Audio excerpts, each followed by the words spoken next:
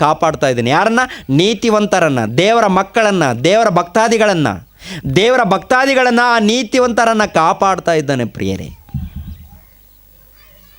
ಆ ನೀತಿವಂತರನ್ನು ದೇವರು ತನ್ನ ದೂತರ ಭದ್ರತೆ ವ್ಯವಸ್ಥೆ ಮೂಲಕ, ಗೊತ್ತಾ? ಅಂದರೆ ದೇವರು ತನ್ನ ಭಕ್ತಾದಿಗಳನ್ನು ಕಾಪಾಡ್ತಾನೆ ಪ್ರಿಯರಾದ ದೇವರ ಮಕ್ಕಳೇ. ತನ್ನ ಭಕ್ತಾದಿಗಳನ್ನು, ನಿಜವಾದ ಭಕ್ತಾದಿಗಳು ಎಲ್ಲಿದ್ದಾರೋ, ನಿಜವಾದ ನೀತಿವಂತರು ಎಲ್ಲಿದ್ದಾರೋ ಅಂಥ ನೀತಿವಂತರನ್ನು ದೇವರು ಖಚಿತವಾಗಿ ಕಾಪಾಡ್ತಾನೆ. ಅದೇ ರೀತಿಯಲ್ಲಿ ದಾನಿಯೇಲನನ್ನು ಕೂಡ ನೋಡುವಾಗ ಪ್ರಿಯರೇ, ಆತನ ಕಾಲದಲ್ಲಿ ಚಕ್ರವರ್ತಿ, ಇನ್ನೊಬ್ಬ ಚಕ್ರವರ್ತಿ ಇರ್ತಾನೆ, ಬೇರೆ ಚಕ್ರವರ್ತಿ. ಆ ಚಕ್ರವರ್ತಿ ಮೂಲಕ ಒಂದು ಆಜ್ಞೆ ಬರುತ್ತೆ ಏನ್ರಿ, ಅಲ್ಲಿರುವಂಥ ಪ್ರಜೆಗಳು, ಅಂದರೆ ಆ ಚಕ್ರವರ್ತಿ ಕೈ ಕೆಳಗಡೆ ಇರುವಂಥ ನಾಯಕರು, ಅಧಿಕಾರಿಗಳು, ಮಂತ್ರಿಗಳಿರ್ತಾರೆ ನೋಡ್ರಿ. ಇವರು ಏನು ಮಾಡ್ತಾರೆ ಅಂದರೆ ದಾನಿಯೇಲನನ್ನು ಸಾಯಿಸೋದಕ್ಕೆ ಪ್ಲಾನ್ ಮಾಡ್ತಾರೆ, ಕುತಂತ್ರ. ದಾನಿಯೇಲನನ್ನು ಸಾಯಿಸೋದಕ್ಕೆ ಕುತಂತ್ರ ಮಾಡ್ತಾರೆ. ಕುತಂತ್ರ ಮಾಡಿ ಮಂತ್ರಿಗಳು, ಅಧಿಕಾರಿಗಳು ಕುತಂತ್ರ ಮಾಡಿ ಅರಸನ ಬಳಿಗೆ ಹೋಗಿ, ಅರಸನೇ ಕೆಲವು ದಿನಗಳು ನಿನ್ನನ್ನೇ ಆರಾಧಿಸಬೇಕು, ನಿನ್ನನ್ನೇ ಪೂಜಿಸಬೇಕು, ಯಾವ ದೇವರನ್ನು ಆರಾಧಿಸಬಾರ್ದು, ಇದು ನಿಮ್ಮ ಆಜ್ಞೆ ಆಗಬೇಕು, ಇದು ನಿಮ್ಮ ಅಪ್ಪಣೆ ಆಗಬೇಕು ಅಂತ ಮಂತ್ರಿಗಳು, ಅಧಿಕಾರಿಗಳು, ಪ್ರಧಾನರು ಹೋಗಿ ಚಕ್ರವರ್ತಿ ಬಳಿಯಲ್ಲಿ ಹೋದಾಗ ಈ ದೇಶದಲ್ಲೊಂದು ಆಜ್ಞೆ ಉಂಟಾಗಬೇಕು. ಏನದು? ನಿಮ್ಮನ್ನೇ ಪೂಜಿಸಬೇಕು, ನಿಮ್ಮನ್ನೇ ಆರಾಧಿಸಬೇಕು. ನಿಮ್ಮನ್ನು ಬಿಟ್ಟು ಒಂದು ವೇಳೆ ಯಾರನ್ನು ಆರಾಧಿಸಿದರೆ, ಬೇರೆ ದೇವರನ್ನು ಆರಾಧಿಸಿದರೆ ಅಂಥವರನ್ನು ಸಿಂಹದ ಗವಿಯಲ್ಲಿ ಹಾಕಬೇಕು. ಸಿಂಹದ ಗವಿ ಇರುತ್ತೆ ರೀ, ಸಿಂಹಗಳ ಗವಿ. ಒಂದು ವೇಳೆ ರಾಜನಿಗೆ, ಚಕ್ರವರ್ತಿ ವಿರುದ್ಧವಾಗಿ ನಡ್ಕೊಂಡ್ರೆ ಅಂಥವರನ್ನು ಸಿಂಹದ ಗವಿಯಲ್ಲಿ ಹಾಕಬೇಕು ಅನ್ನೋಂಥ ಅಪ್ಪಣೆ ಉಂಟಾಗುತ್ತೆ. ಎಲ್ಲರೂ ಆ ಚಕ್ರವರ್ತಿ ಮಾತಿಗೆ ಬೆಲೆ ಕೊಡ್ತಾರೆ. ಆದರೆ ಒಬ್ಬನು, ಯಾರು? ದಾನಿಯೇಲನು ಎನ್ನುವಂಥ ಭಕ್ತನಿದ್ದಾರೆ. ಈ ದಾನಿಯೇಲನು ಎನ್ನುವಂಥ ಭಕ್ತನೇನು ಮಾಡ್ತಾನಂದರೆ ಪ್ರಿಯರಾದ ದೇವ್ರ ಮಕ್ಕಳಿರ, ಅವ್ರ ಮಾತಿಗೆ ಒಳಪಡಲ್ಲ. ಯಾಕೆಂದರೆ ನನಗೆ ದೇವರಿದ್ದಾನೆ, ದೇವರೊಟ್ಟಿಗೆ ನಾನು ಪ್ರಾರ್ಥನೆ ಮಾಡ್ತೀನಿ ಅಂತ ಪ್ರತಿದಿನ ಯಾವ ರೀತಿ ಪ್ರಾರ್ಥನೆ ಮಾಡ್ಕೊಳ್ತಾ ಇದ್ದಾನೋ, ಪ್ರತಿದಿನ ಯಾವ ರೀತಿ ದೇವರನ್ನು ಸ್ತುತಿ ಮಾಡ್ತಾ ಇದ್ದಾನೋ ಆ ರೀತಿ ಪ್ರಾರ್ಥನೆ ಮಾಡ್ಕೊಳ್ತಾ ಇದ್ದಾನೆ. ಇವ್ರು ನೋಡಿ ಆತನನ್ನು ಇಟ್ಕೊಂಡು ಹೋಗ್ತಾರೆ ಅರಸನ ಬಳಿಯಲ್ಲಿ, ಚಕ್ರವರ್ತಿ ಬಳಿಯಲ್ಲಿ. ಆ ಚಕ್ರವರ್ತಿಯೇ, ಈತನು ನಿಮ್ಮ ಆಜ್ಞೆಯನ್ನು ಮೀರಿದ ಕಾರಣ ಈತನನ್ನು ಬೆಂಕಿಯ ಕೆರೆಯಲ್ಲಿ ಎಲ್ಲಿ? ಸಿಂಹದ ಗವಿಯಲ್ಲಿ ಹಾಕಬೇಕಾಗಿದೆ, ಸಿಂಹದ ಗವಿಯಲ್ಲಿ ಆಗಬೇಕಾಗಿದೆ ಅಂತ ಹೇಳಿದಾಗ ಅವ್ರ ಮಾತಿಗೆ ಒಳಪಟ್ಟು ಮತ್ತು ದಾನಿಯೇಲನನ್ನು ಸಿಂಹದ ಗವಿಯಲ್ಲಿ ಹಾಕ್ತಾರೆ ಪ್ರಿಯರೇ. ಸಿಂಹದ ಗವಿಯಲ್ಲಿ ಹಾಕಿದಾಗ ಯಾರು ಬರ್ತಾರೆ ಗೊತ್ತಾ? ಅಲ್ಲಿ ಕೂಡ ದೇವದೂತರು ಬಂದು ದಾನಿಯೇಲನನ್ನು ಕಾಪಾಡ್ತಾರೆ. ಎಷ್ಟೋ ಸಿಂಹಗಳಿರುತ್ತೆ ಸಿಂಹದ ಗವಿಯಲ್ಲಿ, ಒಂದು ಸಿಂಹ ಅಲ್ಲ, ಅನೇಕ ಸಿಂಹಗಳಿರುತ್ತೆ ಪ್ರಿಯರೇ. ಒಬ್ಬ ಮನುಷ್ಯನನ್ನು ಹಾಕಿದರೆ ಒಂದು ಸಿಂಹ ಏನು ಮಾಡುತ್ತೆ ಹೇಳಿ ಪ್ರಿಯರೇ? ತಿನ್ನಲ್ಲ. ಸಿಂಹಗಳು ಬಂದಾಗ ಪ್ರಿಯರೇ, ಒಂದು 4 ಸಿಂಹಗಳು ಬಂದರೆ ಒಂದು ತಲೆ ಹಿಡಿಯುತ್ತೆ, ಇನ್ನೊಂದು ಕಾಲು ಹಿಡಿಯುತ್ತೆ, ಇನ್ನೊಂದು ಕೈ ಹಿಡಿಯುತ್ತೆ, ಎಲ್ಲ ಪೀಸ್ ಆಗುತ್ತೆ, ಹೌದಲ್ವಾ? ಒಂದೇ ಒಂದು 10 ನಿಮಿಷದಲ್ಲಿ ಮನುಷ್ಯನ ಎಲುಬು ಕೂಡ ಕಾಣಲ್ಲ ಅಲ್ಲಿ. ಅಂಥ ಒಂದು ಸ್ಥಿತಿ, ಅಂಥ ಗವಿಯಲ್ಲಿ ಹಾಕಿದ್ದಾರೆ. ಯಾರನ್ನ? ದಾನಿಯೇಲನನ್ನು, ದಾನಿಯೇಲನು ಭಕ್ತನು, ನೀತಿವಂತನು. ಅಂಥ ವ್ಯಕ್ತಿಯನ್ನು ಗವಿಯಲ್ಲಿ ಹಾಕಿದ್ದಾರೆ, ಸಿಂಹದ ಗವಿಯಲ್ಲಿ ಹಾಕಿದ್ದಾರೆ. ಆ ಸಿಂಹಗಳು ಒಂದು ಕೂಡ ಆತನನ್ನು ಮುಟ್ಟಿಲ್ಲ ರೀ. ಯಾಕೆ ಗೊತ್ತಾ? ಆ ದಾನಿಯೇಲ್ ಬಳಿಯಲ್ಲಿ ದೇವದೂತನು ಬಂದು ನಿಂತ್ಕೊಂಡಿದ್ದಾನೆ. ದಾನಿಯೇಲ್ ಬಳಿಯಲ್ಲಿ ದೇವದೂತನು. ಆ ಸಿಂಹಗಳು ಎಲ್ಲಿದೆಯೋ ಅಲ್ಲೇ ಇವೆ, ಆತನನ್ನು ಹಾನಿ ಮಾಡಿಲ್ಲ. ಯಾಕೆ? ದೇವರ ಭಕ್ತನು, ನೀತಿವಂತನು. ದಾನಿಯೇಲನು ದೇವರ ಭಕ್ತನು, ನೀತಿವಂತನು. ಆದ್ದರಿಂದ ದೇವರು ತನ್ನ ದೂತರನ್ನು ಕಾವಲಿಗಿಟ್ಟು ಅವರನ್ನು ಕಾಪಾಡಿದ್ದಾನೆ ಪ್ರಿಯರೇ, ಅವರನ್ನು ರಕ್ಷಿಸಿದ್ದಾನೆ ಪ್ರಿಯರಾದ ದೇವರ ಮಕ್ಕಳಿರ. ನೋಡಿದ್ರೆ ಆನಂತರ ಆತನು ರಕ್ಷಣೆ ಹೊಂದಿದ ನಂತರ ಪ್ರಿಯರೇ, ಯಾರಾದರೂ ಈತನ ಮೇಲೆ ಕಂಪ್ಲೇಂಟ್ ಕೊಟ್ಟಿರ್ತಾರೆ ನೋಡಿ, ಕಂಪ್ಲೇಂಟ್ ಏನ್ರಿ, ಈತನ ಮೇಲೆ ನಿಂದೆಗಳನ್ನು ಹೊರಿಸಿರ್ತಾರೆ ನೋಡಿ. ಅವ್ರು ಯಾರ್ಯಾರು ಇದ್ದಾರೋ ಎಲ್ಲರನ್ನ ಕರೆಸಿ ಅಂತ ಚಕ್ರವರ್ತಿ ಕರೆಸ್ತಾನೆ. ಕರೆಸಿದ ಇವರೆಲ್ಲರೂ ಕೂಡ ಈ ದಾನಿಯೇಲನ ಮೇಲೆ ನಿಂದೆಗಳನ್ನು ಹೊರಿಸಿದ್ದಾರೆ.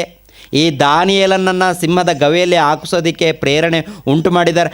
ಆದ್ದರಿಂದ ಯಾರ್ಯಾರು ಕಂಪ್ಲೇಂಟ್ ಕೊಟ್ಟಿದ್ದಾರೋ, ಯಾರ್ಯಾರು ನಿಂದೆಗಳನ್ನು ಹಾಕಿದ್ದಾರೋ ಅವರೆಲ್ಲರನ್ನ ಕೂಡ ಸಿಂಹದ ಗವಿಯಲ್ಲಿ ಹಾಕಿರಿ ಅಂತ ತಕ್ಷಣ ಏನ್ರಿ ಚಕ್ರವರ್ತಿ ಮೂಲಕ ಒಂದು ಆಜ್ಞೆ ಬರುತ್ತೆ. ಆ ಸಿಂಹದ ಗವಿಯಲ್ಲಿ ಹಾಕಿದ ತಕ್ಷಣ ಎಲ್ಲರನ್ನ ಒಂದು ಕ್ಷಣದಲ್ಲಿ ಸಿಂಹಗಳು ಬಂದು ಎಲ್ಲರನ್ನ ತಿಂದಾಕ್ಬಿಡ್ತವೆ ಪ್ರಿಯರೇ, ಎಲ್ಲರನ್ನ. ಯಾಕೆ? ಅವರ ಬಳಿಯಲ್ಲಿ ದೇವದೂತರು ಇಲ್ಲ, ಅವರಲ್ಲಿ ಭಕ್ತಿ ಇಲ್ಲ, ಅವರಲ್ಲಿ ನೀತಿ ಇಲ್ಲ. ನೀತಿ ಇಲ್ಲಲಾರದಂಥ ಅನೀತಿವಂತರನ್ನು ದೇವರು ಏನು ಮಾಡ್ತಾನೆ ಗೊತ್ತಾ? ನಾಶ ಮಾಡ್ತಾನೆ.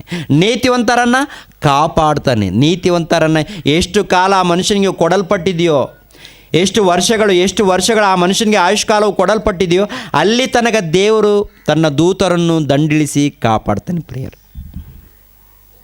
ಅಲ್ಲಿ ತನಕ ನಿಜವಾದ ಭಕ್ತಾದಿಗಳಿದ್ದೀರಾ?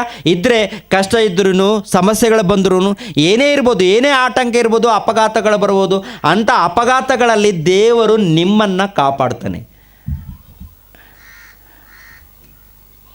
ಏನ್ರಿ, ನಿಮ್ಮ ಕಾಲವನ್ನು ಮುಗಿಯೋ ತನಕ ಏನ್ರಿ, ನೀವು ನಿಮ್ಮ ಕಾಲವನ್ನು, ಅಂದರೆ ದೇವರು ಕಾಲವನ್ನು ಕೊಟ್ಟಿದ್ದಾನೆ.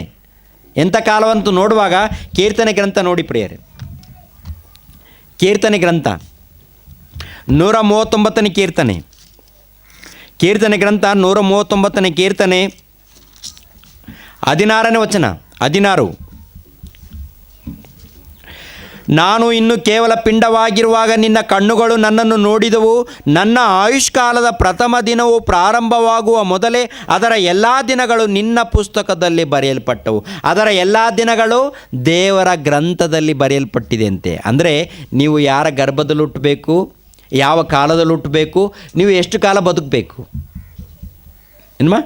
ನೀವು ಎಷ್ಟು ಕಾಲ ಬದುಕಬೇಕು, ಅಂದರೆ ನಿಮಗೆ ಆಯುಷ್ಕಾಲ ಎಷ್ಟು, ನಿಮ್ಮ ಆಯುಷ್ಕಾಲವನ್ನು ದೇವರು ತನ್ನ ಗ್ರಂಥದಲ್ಲಿ ಬರ್ಕೊಂಡಿದ್ದಾನಂತೆ. ಆ ಆಯುಷ್ಕಾಲ ಮುಗಿಯುವ ತನಕ ದೇವರು ಯಾರನ್ನ ಕಾಪಾಡ್ತಾನಂತ ನೋಡುವಾಗ ಭಕ್ತರನ್ನು, ನೀತಿವಂತರನ್ನು ಕಾಪಾಡ್ತಾನೆ ಭೂಮಿಯ ಮೇಲೆ. ಒಂದು ವೇಳೆ ನೀತಿ ಇಲ್ಲ, ಅನೀತಿ ಇದೆ ಅಂತ ತಿಳ್ಕೊಡ್ರಿ. ನೀತಿ ಇಲ್ಲ, ಅನೀತಿ, ಅಧರ್ಮ, ಅನ್ಯಾಯ, ಅಕ್ರಮ ನಡೀತಾ ಇದೆ ಅಂತ ತಿಳ್ಕೊಡ್ರಿ. ಅಂಥವ್ರನ್ನ ದೇವ್ರೇನು ಮಾಡ್ತಾನೆ? ಅಂಥವರನ್ನು ದೇವರು ಏನು ಮಾಡ್ತಾ ಇದ್ದಾನೋ, ಯೆರೆಮೀಯ ಗ್ರಂಥ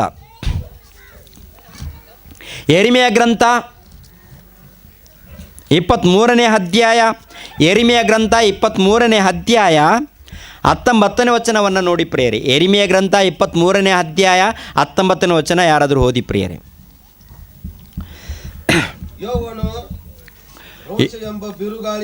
ಯೆಹೋವನ ರೋಷವೆಂಬ ಬಿರುಗಾಳಿಯು, ಸುಂಟರ ಗಾಳಿಯು ಹೊರಟಿದೆ. ಅದು ದುಷ್ಟರ ತಲೆಯ ಮೇಲೆ ಒಡೆಯುವುದು. ಯೆಹೋವನು ತನ್ನ ಹೃದಯಾಲೋಚನೆಗಳನ್ನು ನಡೆಸಿ ನೆರವೇರಿಸುವ ತನಕ ಆತನ ರೋಷವು ಹಿಂದಿರುಗದು. ಕಟ್ಟ ಕಡೆಯ ದಿನಗಳಲ್ಲಿ ನೀವು ಇದನ್ನು ಸ್ಪಷ್ಟವಾಗಿ ಗ್ರಹಿಸುವಿರಿ. ಎಂಥ ಮಾತು ಪ್ರಿಯರೇ! ಯೆಹೋವನ ರೋಷವೆಂಬ ಬಿರುಗಾಳಿ, ಯೆಹೋವನ ರೋಷವೆಂಬ ಬಿರುಗಾಳಿ ಬರ್ತಾ ಇದೆಯಾ? ಬಿರುಗಾಳಿ, ಸುಂಟರ ಗಾಳಿ, ಯಾವುದು ಸುಂಟರ ಗಾಳಿ, ಅನೇಕ ಗಾಳಿಗಳನ್ನು ನಾವು ನೋಡ್ತಾ ಇರ್ತೀವಿ. ತಂಪಾದ ಗಾಳಿ, ಒಳ್ಳೆಯ ಗಾಳಿ ಅಂತೀವಲ್ಲ, ಒಳ್ಳೆ ಗಾಳಿ, ತಂಪಾದ ಗಾಳಿ ಕೇಳ್ತೀವ. ಇನ್ನು ಗಾಳಿಯಲ್ಲಿ ಬಿಸಿ ಗಾಳಿ, ಸುಂಟರ ಗಾಳಿ ಏನಮ್ಮ ಕೇಳಿಲ್ವಾ? ಏನ್ರಿ, ಸುಂಟರ ಗಾಳಿ ಇದೆ ಅಂತ ಪ್ರೇರ. ಅದೇ ಹೇಳ್ತಾ ಇದ್ದಾನೆ, ಯೆಹೋವನ ರೋಷವೆಂಬ ಬಿರುಗಾಳಿಯು, ಸುಂಟರ ಗಾಳಿಯು ಹೊರಟಿದೆ, ಅದು ದುಷ್ಟರ ಮೇಲೆ ಒಡೆಯುವುದು. ಯೆಹೋವನು ತನ್ನ ಹೃದಯಾಲೋಚನೆಗಳನ್ನು ನಡೆಸಿ ನೆರವೇರಿಸುವ ತನಕ ತನ್ನ ರೋಷವು ಹಿಂತಿರುಗದು. ದೇವರಿಗೆ ರೋಷ ಬಂದರೆ, ದೇವರಿಗೆ ಕೋಪ ಬಂದರೆ ಯಾರಿಗೆ ಅಪ್ಪಣೆ ಕೊಡ್ತಾನೆ ಗೊತ್ತೇ? ಗಾಳಿಗೆ. ದೇವರಿಗೆ ಕೋಪ ಬಂದರೆ ಯಾರಿಗೆ ಅಪ್ಪಣೆ ಕೊಡ್ತಾನೆ ಗೊತ್ತೇ? ಅಂತರಿಕ್ಷದಲ್ಲಿ ಸೂರ್ಯನಿಗೆ. ದೇವರಿಗೆ ಕೋಪ ಬಂದರೆ ಅಪ್ಪಣೆ ಯಾರು ಕೊಡ್ತಾನೆ ಗೊತ್ತಾ? ಸಮುದ್ರದಲ್ಲಿ ನೀರಿಗೆ ಅಪ್ಪಣೆ ಕೊಟ್ಟಾಗ ಏನಾಗುತ್ತೆ ಗೊತ್ತಾ? ಪ್ರಚಂಡವಾದಂಥ ಮಳೆ, ಪ್ರಚಂಡವಾದಂಥ ಜಲಪ್ರಳಯ. ಅಲ್ಲೆಲ್ಲಿ ಬರ್ತಾ ಇಲ್ವಮ್ಮ? ನೋಡ್ತಾ ಇದ್ದೀರಾ? ಟಿ ವಿ ವಾರ್ತೆಗಳಲ್ಲಿ ಅಲ್ಲೆಲ್ಲಿ ವಾರ್ತೆಗಳನ್ನು ನೋಡ್ತಾ ಇಲ್ವಾ? ನೋಡ್ತಾ ಇದ್ದೀವಿ. ಅಲ್ಲೆಲ್ಲಿ ಮಳೆ ಮೂಲಕ ನಾಶವಾದವರು ಇದ್ದಾರಾ? ಚಂಡಮಾರುತಗಳ ಮೂಲಕ, ಅನೇಕ ಅಪಘಾತಗಳ ಮೂಲಕ ನಾಶವಾದವರು ಇದ್ದಾರಾ ಇಲ್ವಾ ಹೇಳಿ? ಇದ್ದಾರೆ. ಪ್ರಪಂಚದಲ್ಲಿ ಪ್ರತಿ ದೇಶದಲ್ಲಿ ನಡೀತಾ ಇದೆ. ಯಾಕೆ ಗೊತ್ತಾ? ದುಷ್ಟರು ಬೆಳೀತಾ ಇದ್ದಾರೆ. ದುಷ್ಟರು, ಭಕ್ತಿ ಇಲ್ಲ ರೀ, ನೀತಿ ಇಲ್ಲ ರೀ, ಭಯ ಇಲ್ಲ ರೀ, ದೇವರನ್ನು ಏನ್ರಿ ನಿಜವಾಗ್ಲೂ ಸ್ತುತಿಸುವಂಥ ಭಕ್ತರು ಕಾಣ್ತಾ ಇಲ್ಲ ರೀ. ಅನೀತಿವಂತರು, ದುಷ್ಟರು, ದ್ರೋಹಿಗಳು, ಪ್ರಪಂಚ ದೇಶದಲ್ಲಿ ತುಳುಕ್ತಾ ಇದ್ದಾರೆ. ಅದಕ್ಕೆ ಅಲ್ಲಲ್ಲಿ ಭೂಕಂಪಗಳು, ಸುನಾಮಿಗಳು, ಚಂಡಮಾರುತಗಳು, ಅನೇಕ ಅಪಘಾತಗಳಿಂದ ಪ್ರಪಂಚ ದೇಶದಲ್ಲಿರುವಂಥ ಮನುಷ್ಯರನ್ನು ಅಲ್ಲಲ್ಲಿ ಸಾಯಿಸ್ತಾ ಇದ್ದಾನೆ ದೇವರು. ಯಾರನ್ನ ಕಾಪಾಡ್ತಾ ಇದ್ದಾನಂತ ನೋಡುವಾಗ ನೀತಿವಂತರನ್ನು, ಭಕ್ತರು, ನೀವು ನಿಜವಾಗ್ಲೂ ಭಕ್ತರಾಗಿದ್ದೀರಾ, ಖಚಿತವಾಗಿ ನಿಮ್ಮನ್ನು ಕಾಪಾಡ್ತಾನೆ. ಖಚಿತವಾಗಿ ದೇವರು ನಿಮ್ಮನ್ನು ಕಾಪಾಡ್ತಾನೆ. ದೇವರನ್ನ ನಂಬಿಕೊಂಡಿದ್ದೀರಾ, ದೇವರನ್ನು ಆರಾಧಿಸ್ತಿದ್ದೀರಾ, ದೇವರನ್ನ ನಂಬಿ ಪ್ರಾರ್ಥನೆಯಲ್ಲಿ ಇದ್ದೀರಾ, ಭಕ್ತಿಯಲ್ಲಿ ಇದ್ದೀರಾ, ಖಚಿತವಾಗಿ ಭಕ್ತಿಯಲ್ಲಿ ಇದ್ದರೆ, ನ್ಯಾಯವಾಗಿದ್ದರೆ ಖಚಿತವಾಗಿ ದೇವರು ನಿಮ್ಮನ್ನು ಕಾಪಾಡ್ತಾನೆ ಪ್ರಿಯರೇ. ಒಂದು ವೇಳೆ ತಾಯಿ ಮರ್ತಾಳು, ನಾನು ನಿಮ್ಮನ್ನು ಮರೆಯುವುದಿಲ್ಲ. ದೇವರು ಹೇಳಿದ ಮಾತು. ಒಂದು ವೇಳೆ ಎತ್ತ ತಾಯಿ ಮರ್ತಾಳು, ನಾನು ನಿಮ್ಮನ್ನು ಮರೆಯುವುದಿಲ್ಲ, ನಾನು ನಿಮ್ಮನ್ನು ಕಾಪಾಡ್ತೀನಿ. ಯಾವಾಗ? ನಿಮಗೆ ಆಯುಷ್ಕಾಲ ಕೊಟ್ಟಿದ್ದೀನಿ, ಆಯುಷ್ಕಾಲ ಬರೋ ತನಕ. ಆ ನಂತರ ಸತ್ತೋದ ನಂತರ ನಾನು ನಿಮಗೆ ಪರಲೋಕವನ್ನು ಕೊಡ್ತೀನಿ ಅಂತ ಹೇಳಿದ್ದಾನೆ ಪ್ರಿಯರೇ. ಪರಲೋಕವನ್ನು ಕೊಡ್ತೀನಿ ಅಂತ ಹೇಳಿದ್ದಾನೆ. ಈ ಲೋಕದಲ್ಲಿ ಪ್ರಿಯರಾದ ದೇವರ ಮಕ್ಕಳಿರಾ, ಎಷ್ಟೋ ಮಂದಿ ಅಧಿಕಾರಿಗಳಿಗೆ, ಎಷ್ಟೋ ಮಂದಿ ಗನ್ಮ್ಯಾನ್ಗಳಿರ್ತಾರೆ ಏನ್ರಿ, ಇನ್ಯಾರಿರ್ತಾರೆ ಪ್ರಿಯರೇ? ಅವ್ರನ್ನ ಕಾಪಾಡೋದಕ್ಕೆ ಭದ್ರತೆ ವ್ಯವಸ್ಥೆ ಇರುತ್ತೆ ಪ್ರಿಯರೇ. ಅವರನ್ನು ಕಾಪಾಡೋದಕ್ಕೆ ಭದ್ರತೆ ವ್ಯವಸ್ಥೆ, ದೇಶವನ್ನು ಕಾಪಾಡೋದಕ್ಕೆ ಮಿಲಿಟರಿ ವ್ಯವಸ್ಥೆ, ಪ್ರಪಂಚವನ್ನು ಕಾಪಾಡೋದಕ್ಕೆ ಇನ್ನೂ ಎಷ್ಟೋ ವ್ಯವಸ್ಥೆಗಳಿದೆ ಪ್ರಿಯರೇ. ಎಷ್ಟು ವ್ಯವಸ್ಥೆಗಳು ಇದ್ರೂ ದೇವರಿಗೆ ಕೋಪ ಬಂದರೆ ಏನ್ರಿ, ಪ್ರಕೃತಿ ಮೂಲಕ ನಾಶ ಮಾಡ್ತಾನೆ. ಪ್ರಕೃತಿ ಮೂಲಕ ನಾಶ ಮಾಡಿದಾಗ ಯಾರು ಕೂಡ ಕಾಪಾಡೋದಕ್ಕೆ ಸಾಧ್ಯನಿಲ್ಲ. ನೀನು ಮಂತ್ರಿನಾ, ನೀನು ಅಧಿಕಾರಿಯಲ್ಲಿ ಇದ್ದೀಯಾ, ನೀನು ಉನ್ನತ ಸ್ಥಾನದಲ್ಲಿ ಇದ್ದೀಯಾ, ಯಾವ ಸ್ಥಾನದಲ್ಲಿ ಇದ್ದರೂ ಕೂಡ ನಿನ್ನನ್ನು ಕಾಪಾಡುವಂಥ ನಾದನು ಒಬ್ಬರು ಇಲ್ಲ. ನೀನು ರಕ್ಷಣೆ ಹೊಂದಬೇಕು, ನೀನು ಕಾಪಾಡಲ್ಪಡಬೇಕು ಅಂದುಕೊಂಡ್ರೆ ಸೃಷ್ಟಿ ಮಾಡಿರುವಂಥ ಸೃಷ್ಟಿಕರ್ತನಾದ ಆ ತಂದೆಯಾದ ದೇವರನ್ನು ನಂಬಬೇಕಂತೆ, ಆ ದೇವರ ಮಾರ್ಗದಲ್ಲಿ ನಡಿಬೇಕಂತೆ, ದೇವರ ಮಾರ್ಗದಲ್ಲಿ ನಡೆದು ಭಯದಿಂದ ಭಕ್ತಿಯಿಂದ ಜೀವಿಸಬೇಕಂತೆ. ಒಂದು ವೇಳೆ ದೇವರನ್ನು ಬಿಟ್ಟು ಮಾಡಬಾರದ ಪಾಪಗಳನ್ನು, ದುಷ್ಕೃತ್ಯಗಳನ್ನು, ಅಧರ್ಮವನ್ನು ಮಾಡಿದ್ರೆ ಪ್ರಿಯರಾದ ದೇವರ ಮಕ್ಕಳಿರ, ನಮ್ಮನ್ನು ಕಾಪಾಡುವಂಥ ನಾಯಕರು ಯಾರಿಲ್ಲ ರೀ. ನಾವು ರಕ್ಷಣೆ ಹೊಂದಬೇಕಾ, ನಾವು ಕಾಪಾಡಲ್ಪಡಬೇಕಾ, ದೇವರು ನಿಮ್ಮನ್ನು ಕಾಪಾಡಬೇಕಾ? ಆಗಿದ್ದರೆ ಮಾರ್ಗ ಒಂದೇ, ಭಕ್ತಿ ಮಾರ್ಗ, ನೀತಿ ಮಾರ್ಗ. ಭಕ್ತಿಯಲ್ಲಿ ಏನಿದೆ? ಎಲ್ಲರನ್ನ ಪ್ರೀತಿಸುವಂಥದ್ದು, ಎಲ್ಲರನ್ನ ಕಾಪಾಡುವಂಥದ್ದು, ಎಲ್ಲರಿಗೂ ಒಳ್ಳೇದು ಮಾಡುವಂಥದ್ದು ಭಕ್ತಿಯಲ್ಲಿ. ಈ ಭಕ್ತಿ ಮಾರ್ಗದಲ್ಲಿ ನಡಿಬೇಕಂತೆ. ಈ ಭಕ್ತಿ ಮಾರ್ಗದಲ್ಲಿ ಯಾರು ನಡೀತಾರೋ, ಭಕ್ತಿ ಮಾರ್ಗದಲ್ಲಿ ಯಾರು ನೀತಿವಂತರಾಗಿ ಜೀವಿಸ್ತಾರೋ ಅಂಥವರನ್ನು ದೇವರು ತನ್ನ ದೂತರನ್ನು ಕಾವಲಿಗಿಟ್ಟು ಕಾಪಾಡ್ತಾನೆ. ಯಾರೇ ಆಗಿರ್ಬೋದು, ಸ್ತ್ರೀಯರಾಗಿರ್ಬೋದು, ಪುರುಷರಾಗಿರ್ಬೋದು. ಆ ಭಕ್ತಿ ಕೂಡ ದೇವರು ಮೆಚ್ಚಬೇಕು. ಡೂಪ್ಲಿಕೇಟ್ ಭಕ್ತಿ ಇದ್ದರೆ ಒಪ್ಪಲ್ಲ ದೇವರು. ಡೂಪ್ಲಿಕೇಟ್ ಭಕ್ತಿ ಇದ್ದವರು, ನಟನೆ, ವೇಷಧಾರಣೆ ಇದ್ದಾರೆ, ಅಂಥವರನ್ನು ಒಪ್ಪೋದಿಲ್ಲ. ಕಪಟಿಗಳ ಥರ ಇರ್ತಾರೆ, ಅಂಥವ್ರನ್ನ ದೇವರು ಒಪ್ಪೋದಿಲ್ಲ. ಕಪಟಿಗಳನ್ನು ದೇವರು ಒಪ್ಪೋದಿಲ್ಲ. ನಿಜವಾದ ಭಕ್ತಿ ಇರಬೇಕು, ನ್ಯಾಯವಾದ ಭಕ್ತಿ ಇರಬೇಕು. ನಿಮ್ಮ ಭಕ್ತಿಯಲ್ಲಿ ನ್ಯಾಯ ಇರಬೇಕು, ನಿಮ್ಮ ಭಕ್ತಿಯಲ್ಲಿ ನ್ಯಾಯ ಕಾಣಬೇಕು. ಕಪಟ ಇದೆಯಾ ನಿಮ್ಮ ಭಕ್ತಿಯಲ್ಲಿ? ವೇಷಧಾರಣೆ ಇದೆಯಾ ನಿಮ್ಮ ಭಕ್ತಿಯಲ್ಲಿ? ಕಪಟ ಇದೆಯಾ ನಿಮ್ಮ ಭಕ್ತಿಯಲ್ಲಿ? ನಟನೆ ಇದೆಯಾ? ಅಂತ ಇದ್ದರೆ, ಒಂದು ವೇಳೆ ಆ ರೀತಿ ಇದ್ದರೆ ದೇವರು ನಮ್ಮನ್ನು ಕಾಪಾಡಲ್ಲ. ನಾವು ರಕ್ಷಣೆ ಹೊಂದಬೇಕು, ಕಾಪಾಡಲ್ಪಡಬೇಕಂದ್ರೆ ಪ್ರಿಯರೇ ಏನು ಮಾಡಬೇಕು? ಏನು ಮಾಡಬೇಕು ಹೇಳಿಮ್ಮ? ನಿಜವಾದ ಭಕ್ತಿಯಲ್ಲಿ ಜೀವಿಸಬೇಕು. ಭಕ್ತಿಯಲ್ಲಿದ್ದರೆ ಯಾರಿರ್ತಾರೆ ಹೇಳಿಮ್ಮ? ನಾವು ನಿಜವಾಗ್ಲೂ ಭಕ್ತಿಯಲ್ಲಿ ನಡ್ಕೊಂಡ್ರೆ ಯಾರು ನಮ್ಮ ಜೊತೆಲೇ ಇರ್ತಾರೆ ಹೇಳಿ? ದೇವದೂತರು ನಮ್ಮೊಟ್ಟಿಗಿದ್ದು ನಮ್ಮನ್ನು ಕಾಪಾಡ್ತಾರೆ. ಆದ್ದರಿಂದ ಪ್ರಿಯರಾದ ದೇವರ ಮಕ್ಕಳಿರ, ದೇವರ ಮಕ್ಕಳ ಮೇಲೆ ದೇವದೂತರ ಭದ್ರತೆ ವ್ಯವಸ್ಥೆ ಯಾವ ರೀತಿ ಇದೆ ನೋಡಿದ್ರ? ನೀತಿವಂತರನ್ನು ಕಾಪಾಡೋದಕ್ಕಿದ್ದಾರಾ ಇಲ್ವಾ? ಇದ್ದಾರೆ. ಇವಾಗ ನಾವು ಕೂಡ ನೀತಿವಂತರಾಗಿದ್ದೀವ? ನಿಜವಾಗ್ಲೂ ನೀತಿವಂತರಾಗಿದ್ದರೆ, ಭಕ್ತಿ ಇದ್ದರೆ ಖಚಿತವಾಗಿ ಆಟಂಕಗಳು, ಅಪಘಾತಗಳು ಏನೇ ಬಂದರೂ, ಎಷ್ಟು ಕಾಲವನ್ನು ಕೊಡಲ್ಪಟ್ಟಿದೆ ಅಷ್ಟು ಕಾಲ ತನಕ ದೇವರು ನಿಮ್ಮನ್ನು ಕಾಪಾಡ್ತಾನೆ. ಆ ನಂತರ ಬಂದ್ಬಿಡು ಅಂತ ಕರೀತಾನೆ. ಆದ್ದರಿಂದ ಪ್ರಿಯರಾದ ದೇವರ ಮಕ್ಕಳಿರ, ನಮ್ಮಲ್ಲಿರುವಂಥದ್ದು ಭಕ್ತಿ ನಿಜವಾದ ಭಕ್ತಿನ, ಅಥವಾ ನಮ್ಮಲ್ಲಿರುವಂಥ ಭಕ್ತಿ ಅಪನಂಬಿಕೆಯಲ್ಲಿ ಇದ್ದೀವ, ಮೂಢಭಕ್ತಿಯಲ್ಲಿ ಇದ್ದೀವ, ಸರಿಯಾದ ನಂಬಿಕೆಯಲ್ಲಿ ಇಲ್ವಾ ಅನ್ನೋದನ್ನು ಒಂದು ಸಾರಿ ನಿಮ್ಮನ್ನು ನೀವು ಪರಿಶೋಧನೆ ಮಾಡ್ಕೊಳ್ಳಿ. ಒಂದು ಸಾರಿ ಆಲೋಚನೆ ಮಾಡಿ ಪ್ರಿಯರೇ. ಏನ್ರಿ, ಎಲ್ಲರೂ ನಿಜವಾಗ್ಲೂ ಭಕ್ತಿಯಾಗಿ ನಡೆಯೋಣಮ್ಮ. ಯಾಕೆಂದರೆ ದೇವರು ನಮ್ಮೊಟ್ಟಿಗಿದ್ದು ಕಾಪಾಡ್ತಾನೆ, ನಮ್ಮನ್ನು ಕಾಪಾಡ್ತಾನೆ. ನಾವು ರಕ್ಷಣೆ ಹೊಂದಬೇಕಂದ್ರೆ ದೇವರು ತನ್ನ ದೂತರ ಮೂಲಕ ನಮ್ಮನ್ನು ಕಾಪಾಡ್ತಾನೆ. ನಿನ್ನನ್ನು ನನ್ನನ್ನು ಕಾಪಾಡಬೇಕಾದರೆ ಒಂದೇ ಮಾರ್ಗ, ಅದು ನೀತಿ ಮಾರ್ಗ, ದೇವರ ಮಾರ್ಗ, ಭಕ್ತಿ ಮಾರ್ಗ. ಆ ಭಕ್ತಿ ಇಲ್ಲದೆ ಹೋದರೆ ನಿನ್ನನ್ನು ಕಾಪಾಡುವಂಥ ಶಕ್ತಿವಂತರು ಯಾರೂ ಇಲ್ಲ. ಅರ್ಥ ಆಗುತ್ತಮ್ಮ? ನಿಮ್ಮ ಮನೆಯಲ್ಲಿ ದುಡ್ಡು ಇರ್ಬೋದು, ಕೋಟ್ಯಾನುಗಟ್ಟಲೆ ರೊಕ್ಕ ಹಣ ಇದೆಯಾ? ಬೆಳ್ಳಿ ಬಂಗಾರ ಇದೆಯಾ? ಇರ್ಬೋದು, ಇರ್ಬೋದು, ಇಲ್ಲದ್ರೆ ಇಲ್ಲ.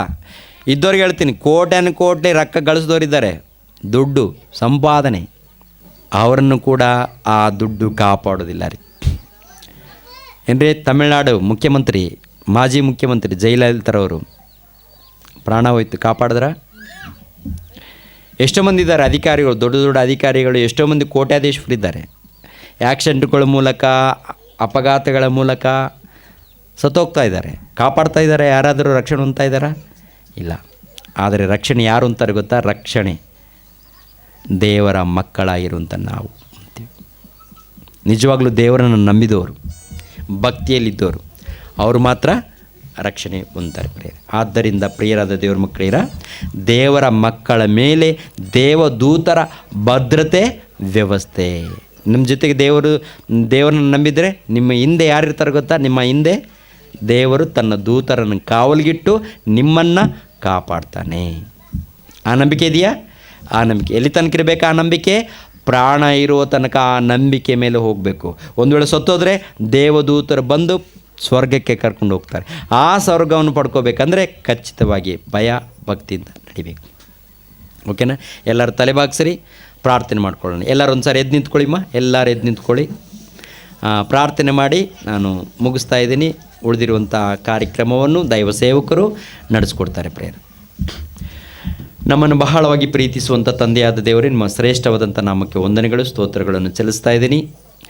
ದೇವರ ಮಕ್ಕಳ ಮೇಲೆ ದೇವದೂತರ ಭದ್ರತೆ ವ್ಯವಸ್ಥೆ ಎನ್ನುವಂಥ ವಾಕ್ಯಗಳನ್ನು, ನಿಮ್ಮ ಮಾತುಗಳನ್ನು ಇದ್ದ ಹಾಗೆ ಹೇಳಿದ್ದೀನಿ ತಂದೆ. ಎಲ್ಲರೂ ನೀತಿವಂತರಾಗಿ ಭಕ್ತರಾಗಿ ಜೀವಿಸೋದಕ್ಕೆ ಸಹಾಯ ಮಾಡಿ. ಈ ಗ್ರಾಮದಲ್ಲಿರುವಂಥ ಪ್ರತಿಯೊಬ್ಬರನ್ನ ಕಾಪಾಡಿ, ಪ್ರತಿಯೊಂದು ಕುಟುಂಬಕ್ಕೆ ಸಮಾಧಾನವನ್ನು ಅನುಗ್ರಹಿಸಿ. ಅದೇ ರೀತಿಯಲ್ಲಿ ಸಂಜೆ ನಡೆಯುವಂಥ ಕಾರ್ಯಕ್ರಮದಲ್ಲಿ ಕೂಡ ನಮ್ಮ ಜೊತೆಯಲ್ಲಿದ್ದು ನಡೆಸಿ. ಯೇಸು ಪವಿತ್ರ ನಾಮದಲ್ಲಿ ಬೇಡ್ತಾ ಇದ್ದೀನಪ್ಪ ತಂದೆಯೇ, ಆಮೇನ್.